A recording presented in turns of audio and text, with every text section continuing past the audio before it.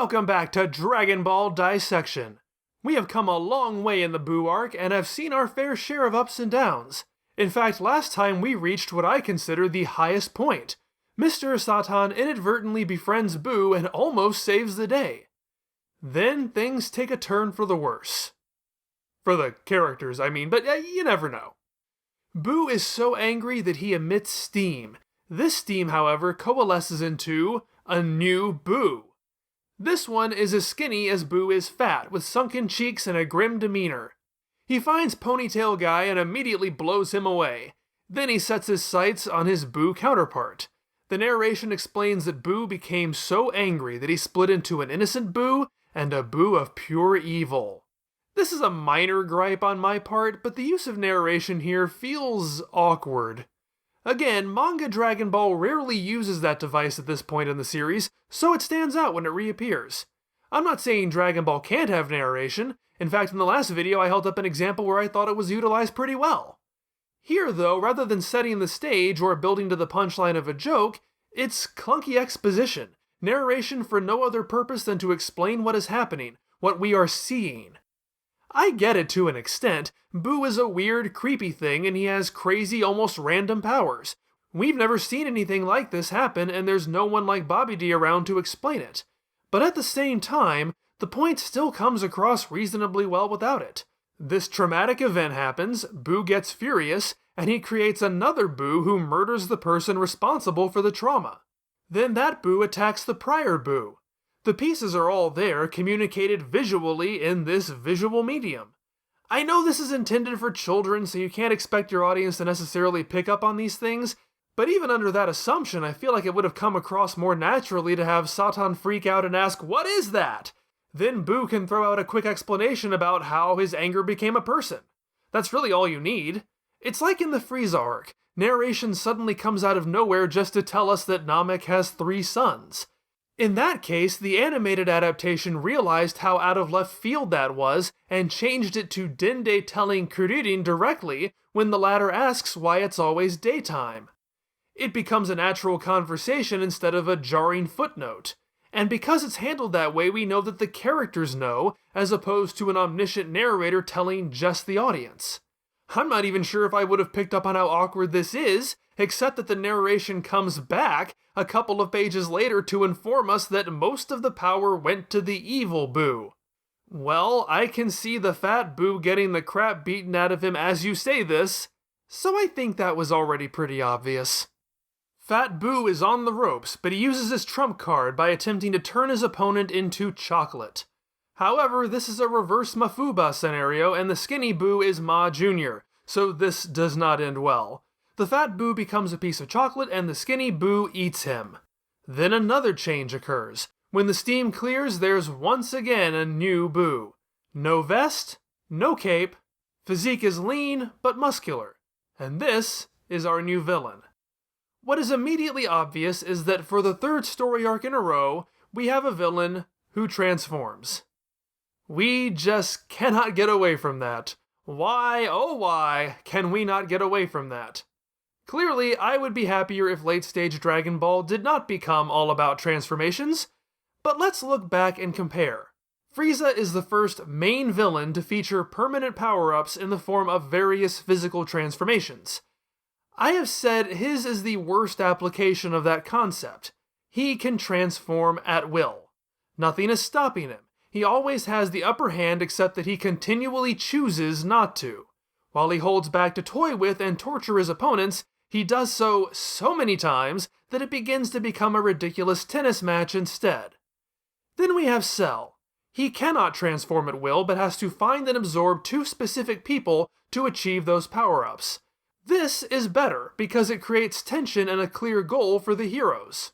It requires Cell to strategize and outthink his stronger opponents in order to access his power-up. The only minor downside is that with such clear end goals, it becomes a foregone conclusion that those goals will be achieved. It would be unsatisfying if they weren't. Finally, we have Majin Boo. There is no build-up to this, no predetermined outcome. Boo doesn't brag that, "Oh, I would be able to access my full power if only blah blah blah." This transformation is not something Boo can control. We're not even sure if it's something he knows could happen. Instead, Boo's transformation here is based on outside stimuli. Negative things happen to him, and that causes this uncontrollable reaction, a reaction no one could have foreseen. The heroes don't have a clear path to stopping the villain from becoming more villainous, which heightens tension for them. And the villain has a legitimate excuse for why he wouldn't immediately use his best power. Most importantly, this is a transformation that furthers character as much as it furthers plot. Boo is already established as someone who follows his own pleasures. He is driven entirely by his emotions, and those emotions can make him appear unpredictable to others. So of course, his transformations would be just as unpredictable and uncontrollable, just as driven by how he feels.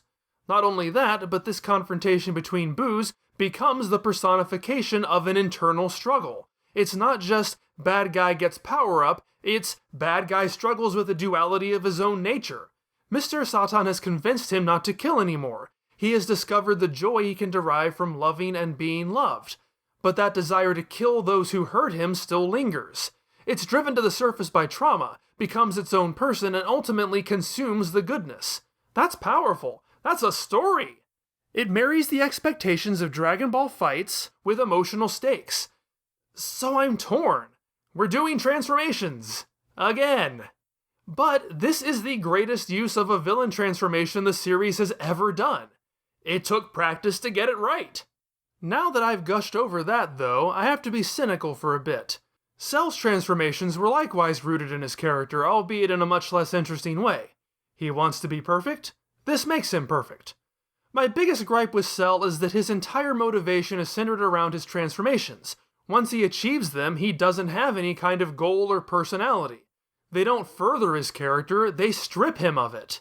He becomes Diet Frieza. I never thought Cell was that great, but at least he was creepy and driven in his first form. While Toriyama handles the emotional relevancy of this transformation with aplomb, it's difficult for me not to see the formulaic machinations at work that are most likely truly responsible for this turn of events. This Boo is lean and muscular, scowling and dangerous. He's not a goofy, fat, childish slob.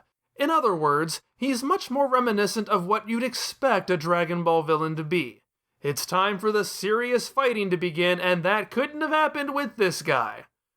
Unfortunately, that means he's also lost a lot of what makes him interesting. The last few chapters hit peak engagement with the character, but sadly it means it's mostly downhill from here. He's going to continue to become less interesting and more generic. In fact, he eventually becomes a lot more like Cell. And that's the last thing I would ever want. But this version isn't that bad. Those ostentatious Boo traits simply become a bit more subdued.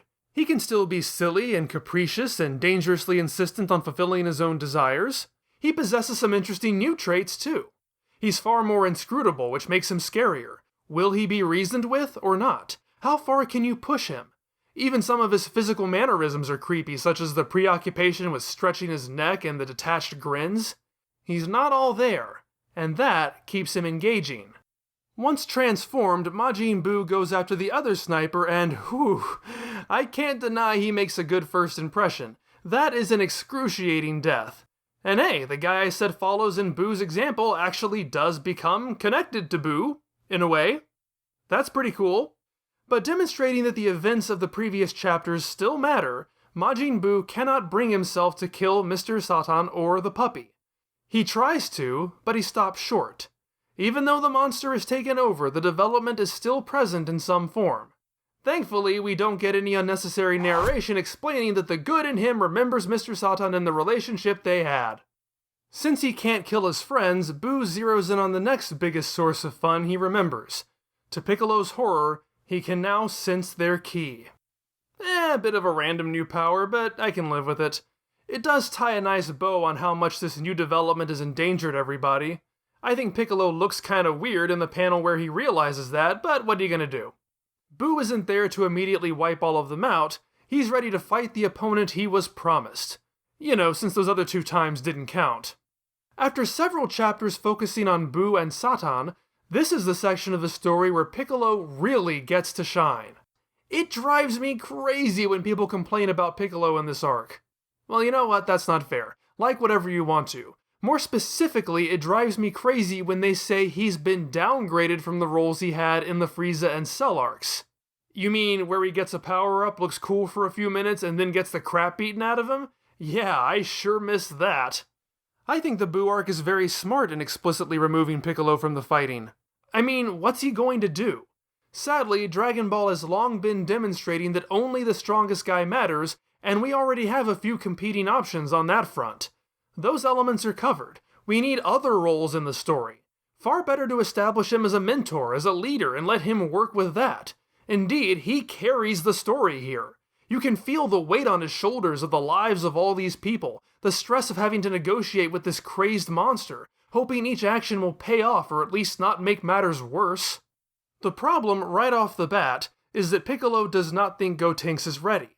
And given what we've seen so far, I'm inclined to agree with them. Because of that, he's desperately trying to stall for time.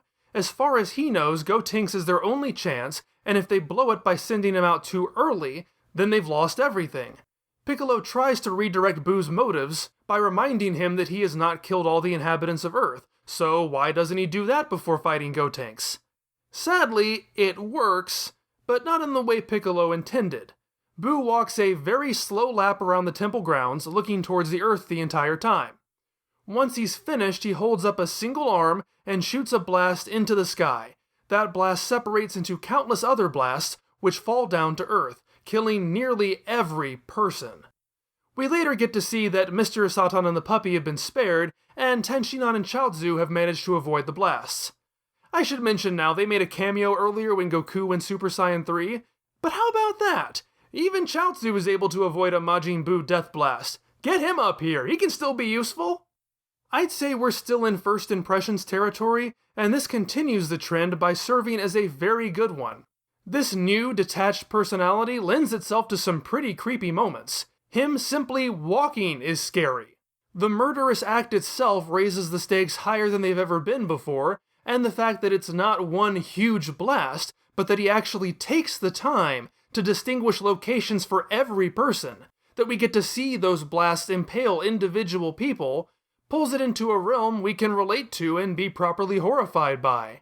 This is not wanton destruction where bystanders get caught up in the carnage. It's coolly, carefully calculated, with each victim personally selected.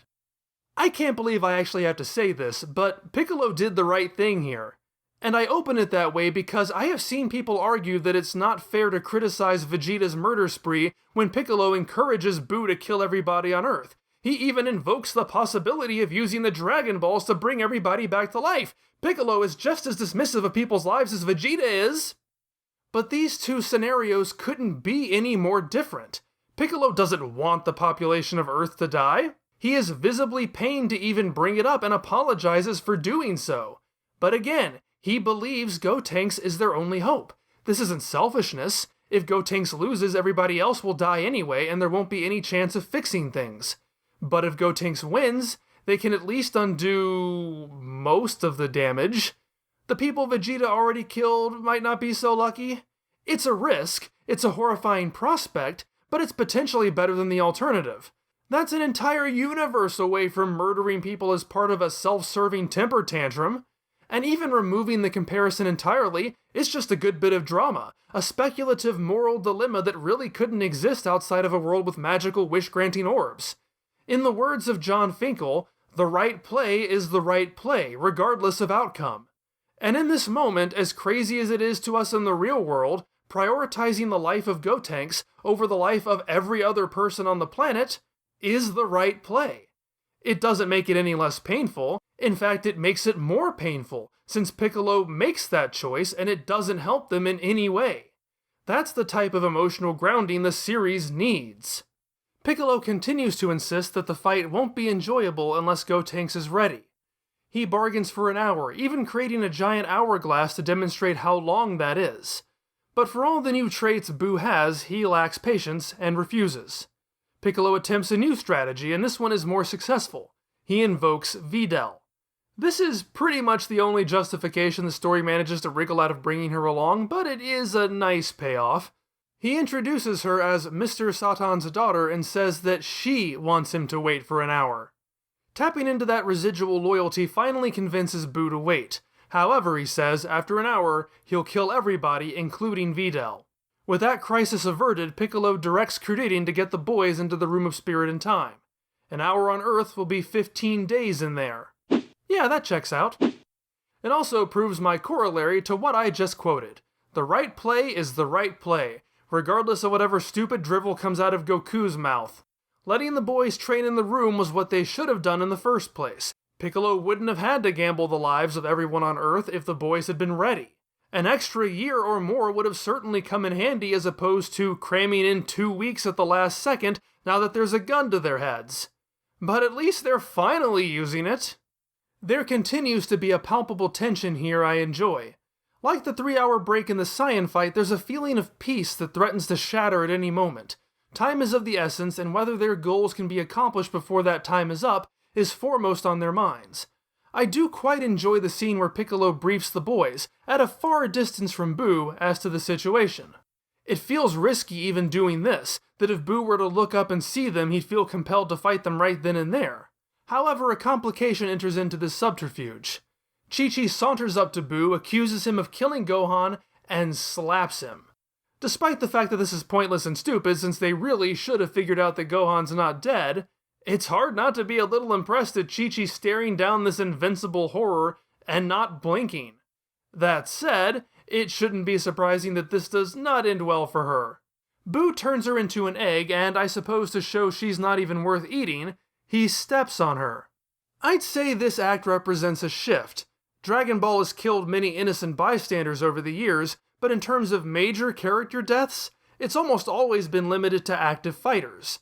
I guess you could argue in regards to Dende, but he was involved with a battle at the time. Our non-combatants on Earth have always been reasonably safe. With Boo right here in their midst, this act proves that no one is off the table. Anyone could die. I do wish I could say the resulting dread persists, but at least this moment captures it. The more immediate reaction comes from the fact that Goten witnesses his mother's death and has to be stopped from jumping in right then and there. But once he is in the room, he is noticeably more motivated than Trunks.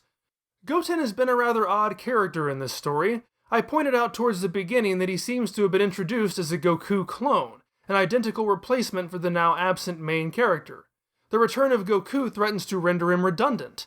However, he is quickly separated from the Son family and paired with Trunks, which allows him to develop differently from Goku. Goten's far more passive and submissive. Trunks makes the plans and he goes along with them. I think it's a fun dynamic, but it's one that could be said to leave Goten overshadowed. The fact that Goten and Trunks exist as such a frequent pair almost feels like it was designed with fusion in mind.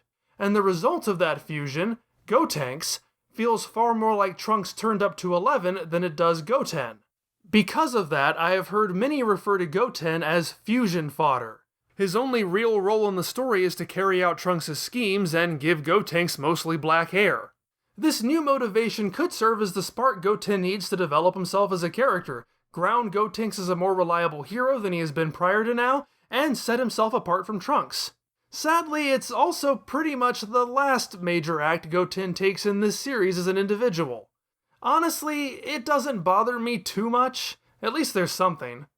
But I also can't disagree with those who find it a serious issue. Given how the Gotenks fight is going to play out, it would be difficult to reconcile those two ideas. Maybe it would have been better to have left this out entirely. I'm not sure. At any rate, not even half an hour has passed before Boo tires of staring at the sand passing through the glass. He destroys it and blasts a hole through the temple when Piccolo tries to interfere. Holding firmly to his poker face, Piccolo leads Boo to the Room of Spirit and Time, buying every possible second he can manage. Thanks for watching. 20 is a nice round number. I think it's time. Starting next month, I will be doing the unthinkable. We will be taking a small detour from the Boo arc.